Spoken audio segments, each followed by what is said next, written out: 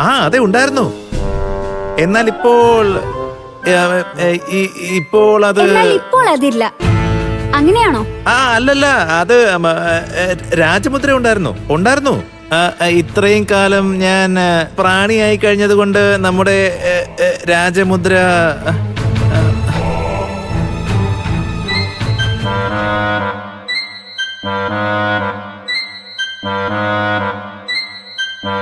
സ്വന്തം മുദ്ര ഇദ്ദേഹം കാണുന്നില്ല.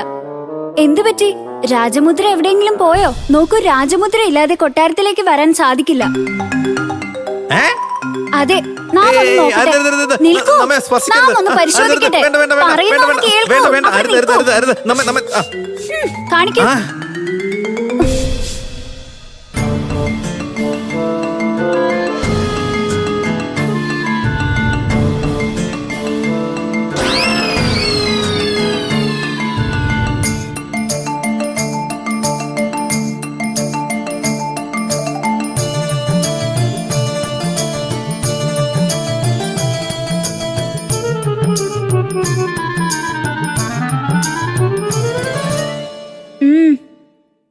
ഉണ്ട്. ഉണ്ടല്ലോ. നോക്ക്, ഇതാ നമ്മുടെ രാജമുദ്ര. അതല്ലേ പറഞ്ഞത്, ഇത്രയും വർഷങ്ങളായി പ്രാണിയായി ജീവിച്ചതല്ലേ, അതുകൊണ്ട് നാം ഇത് ശ്രദ്ധിച്ചില്ല. അതാ. നീ അത് കണ്ടല്ലോ. നീ വ്യർത്ഥമായി അദ്ദേഹത്തെ സംശയിക്കുകയായിരുന്നു. അല്ല, വന്നാലും ഒരാശങ്കയും വേണ്ട. നാം അങ്ങേ കൊട്ടാരത്തിലേക്ക് കൊണ്ടുപോകാം. വന്നാലും അവിടുന്ന് മുന്നിൽ നടന്നാലും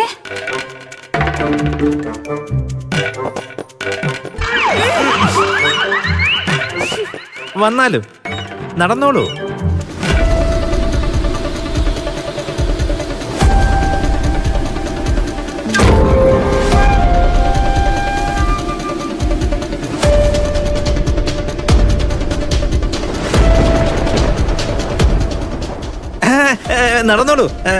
നടന്നോളൂ.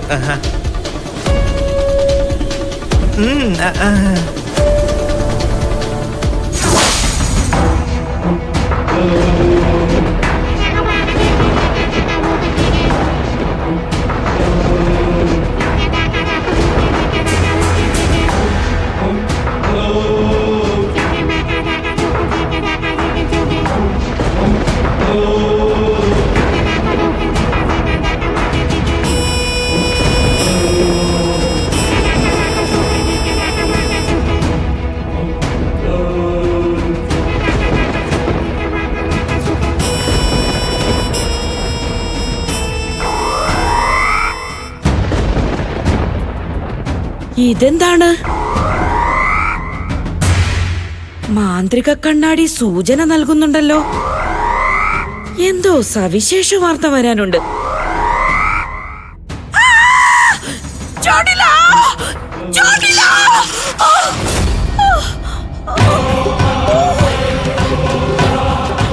ഔഷധച്ചെടി, വിവരമില്ലാത്ത സ്ത്രീയെ, നീ വീണ്ടും നമ്മുടെ ധ്യാനത്തിന് ഭംഗം വരുത്തിയിരിക്കുന്നു.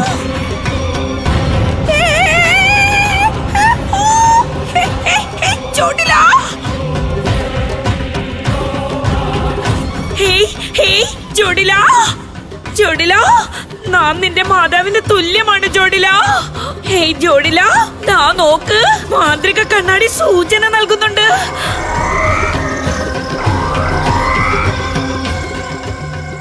എന്നെ സ്വതന്ത്രയാക്കൂ.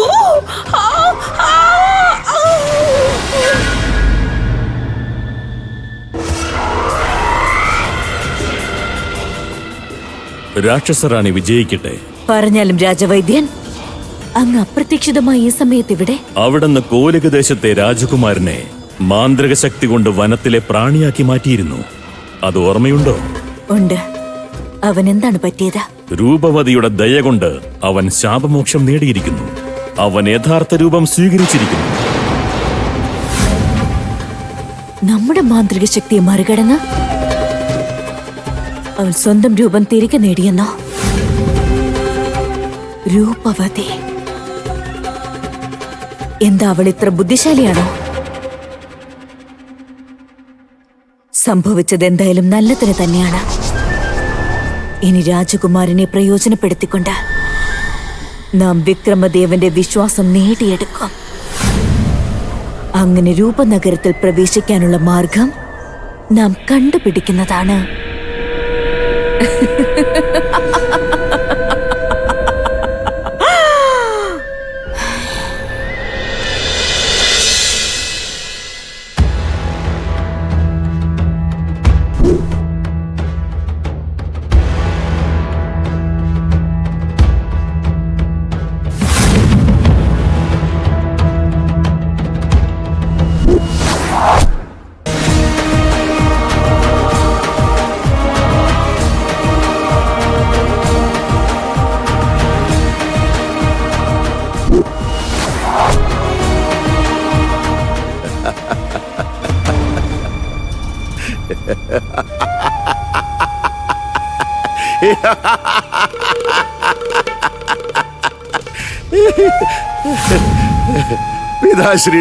പിതാശ്രീയുടെ ഘാതകന്റെ പ്രതിമ നിർമ്മിച്ച് അതിലേക്ക് ബാണമയക്കുകയാണോ?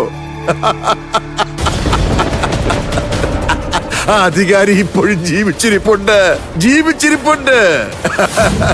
നിനക്കറിയാമോ അധികാരിയുടെ പുത്രൻ എങ്ങനെയാണെന്ന്?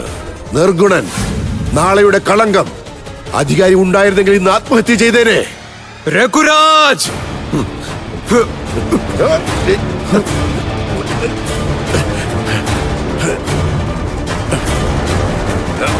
എന്താണിത്?